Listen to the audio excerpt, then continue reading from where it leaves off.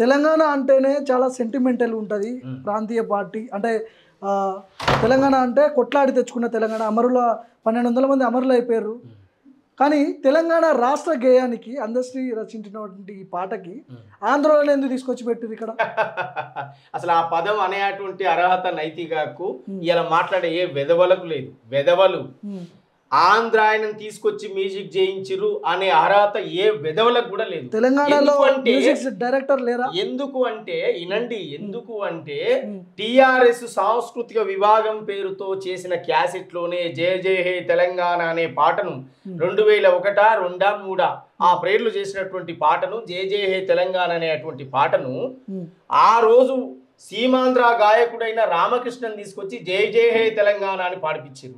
ఇది తెలంగాణ కోటి రతనాల వీణ అని పాడించారు. సిగ్గుందా వీళ్ళకి? మరి ఆ రోజు ఎక్కడ పోయింది వీళ్ళ ఆత్మగౌరవం? ఇవాళ రాష్ట్రం వచ్చింది, 10 సంవత్సరాల కాలం గడిచింది. ఈ ప్రాంతం నుంచి ఆ ప్రాంతం పోతున్నాం, ఆ ప్రాంతం ఈ ప్రాంతం వస్తున్నాం, ఎవరు పరిపాలన వాళ్ళని చేసుకుంటున్నాం, అందరం కలిసిమెలిసి ఉంటున్నాం. ఇవాళ ఎక్కడిది? ఒక సినిమా ఆస్కార్ అవార్డు అంటే తెలంగాణ పాట అంటే ఈ వెధవలకు అంత సింపుల్ కనిపిస్తుందా? అందశ్రీ గారు రాసిన పాట అంటే అంత సాదాసీదగా ఏదో చేయొచ్చడానికి కనిపిస్తుందా? ఆస్కార్ అవార్డు గ్రహీత కూడా తెలంగాణ పాటను చేయగలుగుతాడు. తెలంగాణ పాటను ఆస్కార్ అవార్డు గ్రహీత అంత లెవెల్ చేయించుకోవాలనేది ఆ రచయిత యొక్క కోరిక. తప్పెట్లయితే ఇప్పుడు అందశ్రీ కంటే కీరవానికి ఎక్కువ ప్రిఫరెన్స్ ఇస్తున్నారు. బాగా గుర్తుపెట్టుకోండి మీరు ఇక్కడ. అందశ్రీ గారు తెలంగాణ మట్టి పరిమళం.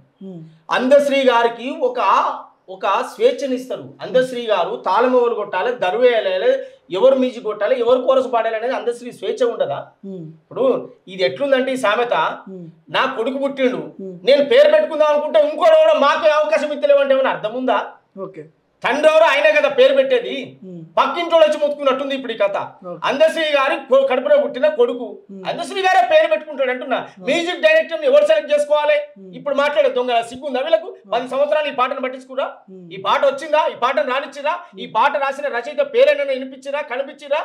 అణిచివేసి ఆ పాటను తీసి చెత్తపుట్టలేసిరు. ఇలా కాంగ్రెస్ ప్రభుత్వం ఆ పాటకు పట్టం కట్టి రాష్ట్ర గీతంగా రేవంత్ రెడ్డి గారి నాయకత్వంలో అద్భుతంగా జరుగుతుంటే దాన్ని ఓర్చుకోలేక, తట్టుకోలేక ఒక దళితునికి ఇంత కీర్తిస్తారా, ఒక వెనుకబడ్డోనికి ఇంత కీర్తిస్తారా అని చెప్పి దాన్ని తట్టుకోలేకపోతున్నారు. కానీ అందశ్రీ గారు ప్రజల గుండెను, ప్రజల మనసును దోసుకున్న మహా అద్భుతమైనటువంటి జ్ఞాన ఖడ్గం, జ్ఞాన కవి.